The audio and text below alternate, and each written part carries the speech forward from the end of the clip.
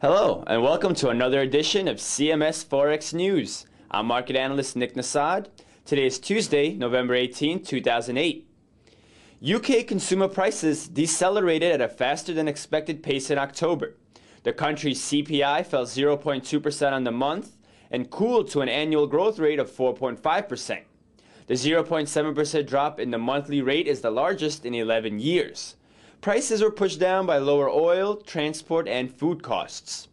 Core inflation, which strips out energy and food prices, slowed to 1.9% from 2.2%.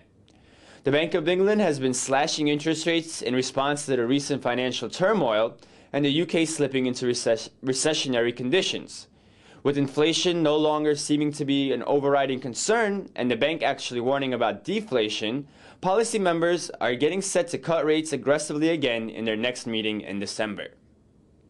The pound-yen pair traded in a much smaller range today, running up against resistance at the 146.50 level for the fourth time in the last three sessions.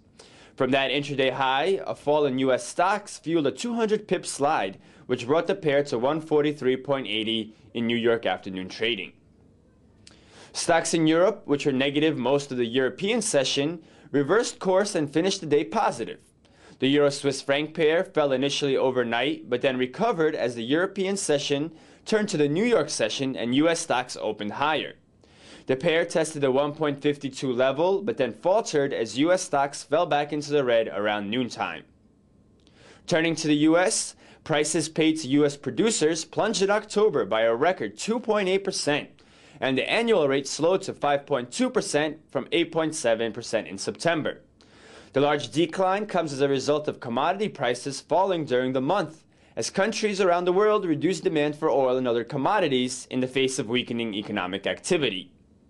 The declines in raw material prices did not seem to filter down to other goods, however, as core inflation, which strips out those costs, rose 0.4% on the month and climbed to 4.4% in annual terms, the highest annual core rate since 1989. In a second release from the U.S., it was shown that foreigners purchased $66.2 billion of long-term U.S. securities in September, almost a triple-fold increase compared to August. There was strong demand for U.S. treasuries, and the increase in foreign holdings of U.S. debt helps to explain some of the dollar's recent rally. The euro-dollar pair was coming to an important crossroads as it had consolidated in a triangle formation in the last four sessions. The pair touched the 1.27 level today in the midst of risk appetite in early New York trading, but as U.S. stocks faltered, the dollar gained in its safe haven status. In New York afternoon trading, the pair gave back all of its gains and was below 1.26 as of 3 p.m. Eastern Standard Time. The dollar-yen pair has been ranging sideways, with the dollar rallying 120 pips from its intraday low near the 96 level. However, with U.S. stocks giving up earlier gains, it brought the momentum back to the yen's favor, which maintained the range we have seen this week. In testimony today before Congress, Fed Chairman Bernanke said he saw some improvement in credit markets, but that lending in the U.S. remains far from normal.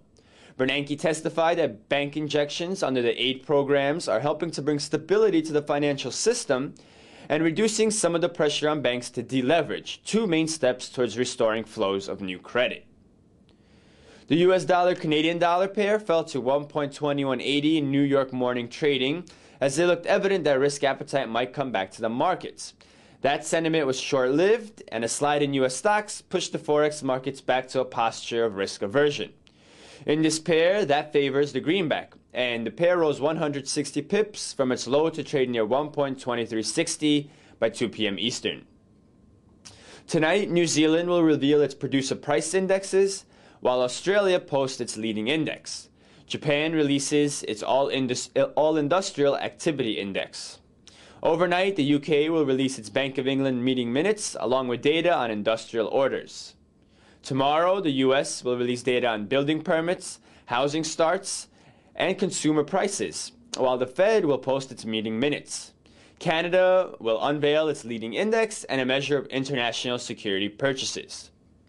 And that wraps up today's news. Thank you for joining us here at CMSFX.com, and happy trading.